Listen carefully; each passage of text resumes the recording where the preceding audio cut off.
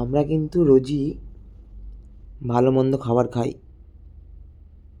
যেমন ধরো কোনো দিনও মাটন, কোনো দিনও চিকেন, বা কোনো দিনও নর্মালি কোনো সবজি, ডাল, পাঁপড় ভাজা, চাটনি এইরকম, অথবা মাছ বিভিন্ন রকম খেয়ে থাকি।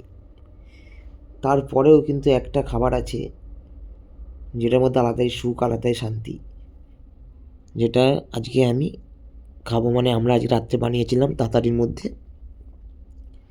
যে বেশ সুন্দর করে লঙ্কা তেল দিয়ে আলু ভাতে, সাথে একটু টমেটো মাখা, আর একটু মুসুর ডাল, যেটা অল্প হলুদ দিয়ে বানানো। বিশ্বাস করো বন্ধুরা, আলাদাই শান্তি।